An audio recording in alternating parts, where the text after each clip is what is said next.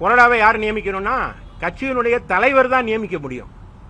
கட்சிங்கிறது என்னன்னா பேரண்ட் பாடி, அதாவது தாய் கட்சி. Not legislative party. லெஜிஸ்லேட்டிவ் பார்ட்டிக்கும் அதுக்கு சம்பந்தம் இல்லை. பார்ட்டி தான் நியமிக்கும். பார்ட்டியோட ஜெனரல் செக்ரட்டரி யாரு?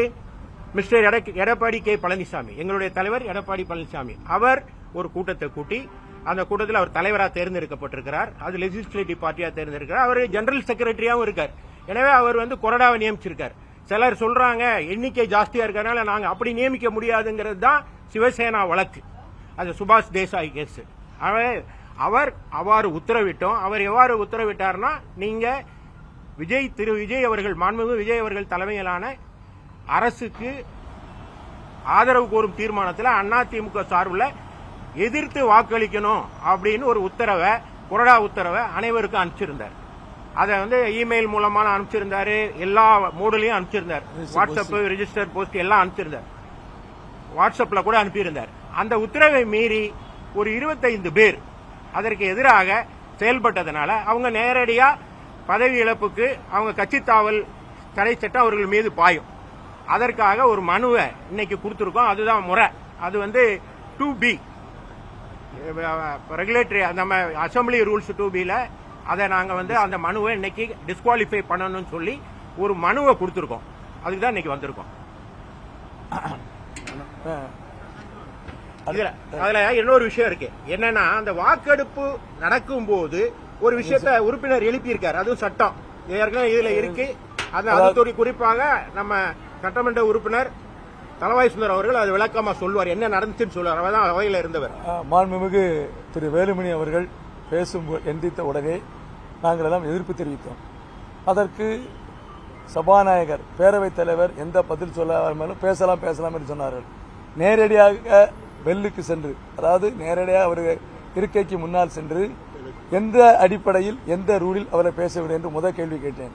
அடுத்ததாக மாண்புமிகு பேரவைத் தலைவர்களே, ரூல் 99 சப்கிளாஸ் 9 தெரியுமா, அதை படியுங்கள் என்று சொன்னேன். அதற்கும் அவர் செவி சாய்க்கவில்லை. ரூல் 9 என்ன என்பதை இப்பொழுது உங்களுக்கு விளக்கம் கொடுக்கிறேன்.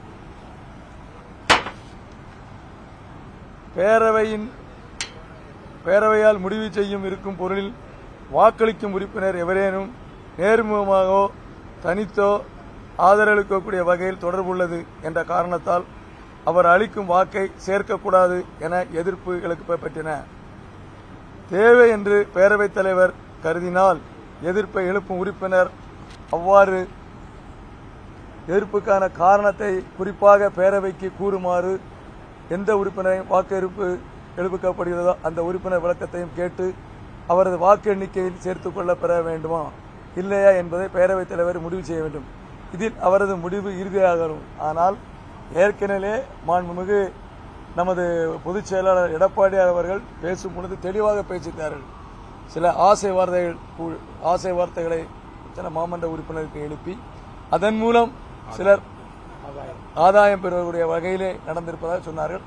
அதை மென்ஷன் பண்ணி தான் திரும்ப நான் பேரவை தலைவரிடம் இந்த கோரிக்கை வைத்தேன். எந்த பதிலும் வரவில்லை. இதற்கான நடவடிக்கை கூடிய விரைவில் எடுக்கப்படும். வாக்கெடுப்பு நடைபெறுகின்ற பொழுது கூட அனைத்து இந்திய அண்ணா திராவிட முன்னேற்ற கழகத்தினுடைய எதிர்ப்பை தெரிவித்தும் மாண்புமிகு பேரவைத் தலைவர் அவர்கள் அதை பதிவு செய்யவில்லை. அதுதான் இந்த 99 தமிழ்நாடு சட்டப்பேரவை விதி 99 சப்கிளாஸ் 9 படித்த நான் இதான் திருப்பி சொன்னேன். Wire is the law, please kindly see the 99 subclass 9 சொன்னேன். அதுக்கு அவர் எந்த விதமான பதிலும் சொல்லவில்லை. பேரவை வாக்கெடுப்பு விதிகள் 99(9) என்ன சொல்லுதுன்னா, ஒருத்தர் ஒரு கட்சிக்கு வாக்களிக்கும் போது அவர் கட்சி மாதிரி வாக்களிக்கிறாருங்கிற ஒரு புறம், வாக்களிக்கிறதுக்காக அவர் எதுவும் ஆதாயம் அடையக்கூடாதுங்கிறது ரொம்ப முக்கியம்.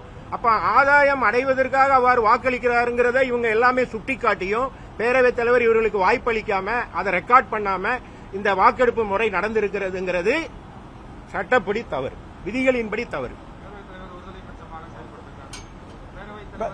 ஆமா சார், இந்த ரூலை சொல்ல பேச விடல. நம்ம திருப்பி கேட்கும். வயர் இஸ் தி லா, அவர் எந்த அடிப்படையில் பேசுகிறார் மீண்டும் ஒரு முறை சொல்லி, அப்படி பேசினால் கூட எங்களுடைய கருத்தை கேளுங்கள். மீண்டும் 99 சப்கிளாஸ் 9 சொல்லிக்கிட்டே இருக்கும். பதிலே இல்ல. இல்ல இல்ல இது பொதுச் செயலாளர் அது பொதுச் செயலாளர் முடிவு பண்ணி சொல்லுவார். இப்ப தரப்புல நீங்க ஆலோசனை பண்ணிட்டு தான் இந்த இடத்துக்கே இல்ல இல்ல இவங்க எல்லாம் சபையில இருந்த உறுப்பினர்கள், நான் வழக்கறிஞர் என்ற முறையில இந்த வழக்கு, அதாவது கட்சி தாவல் தடை சட்டம் இதுல அட்ராக்ட் ஆயிருக்கு, எதிர்த்து வாக்களித்திருக்காங்க.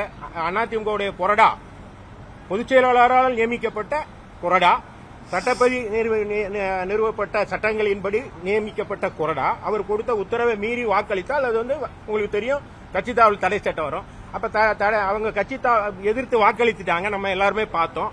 அவ்வாறு வாக்களித்தவர்களுக்கு என்ன தண்டனை அப்படின்னா, அந்த அரசியல் கட்சி ஒரு கம்ப்ளைண்ட் கொடுக்கணும். அந்த கம்ப்ளைண்ட்டை அதிமுக வழக்கறிஞர் என்ற வகையில இப்ப கொடுத்தோம். அதுக்கு கூட இவங்க எல்லாம் சபையில பங்கு பெற்ற சட்டமன்ற உறுப்பினர் கொறடாலாம் நாங்க வந்து கொடுத்திருக்கோம். அவ்வளவுதான். கட்சி சார்பில் எந்த நடவடிக்கை இது வரைக்கும் எடுக்கப்படலாம் இல்ல அது அதெல்லாம் பொதுச் செயலாளர் டிசைட் பண்ண முடிவு. அதாவது எங்களுக்கு தெரியாது. இல்ல இது சபாநாயகர்கிட்ட கொடுக்கணும். இப்ப சபாநாயகர் இல்லாதனால பேரவை செயலாளர்கிட்ட கொடுக்கலாம், அதை கொடுத்திருக்கோம். அவங்களும் கொரோனாலாம் அறிவிச்சிருக்காங்க. அது அப்புறம் பார்ப்போம், அந்த டிஸ்கஷன் அது வேற. சார் ஒரே மனுவை பெற்றதுக்கு அப்புறமா என்ன சொன்னாங்க? இல்ல இல்ல அது இல்ல பேரவைத் தலைவர் அவ்வாறு பெற்றுக்கொண்டு அதை பரிசீலித்து அது கூட சட்டப்படிதான் நடவடிக்கை எடுக்க முடியும் பேரவை. அதனால விதிகளின்படி பேரவை விதிகளை ஆய்வு செய்து பேரவைத் தலைவருடைய கவனத்துக்கு கொண்டு போது நடவடிக்கை எடுக்கப்படும் உறுதி அளித்திருக்காங்க. Sir 10th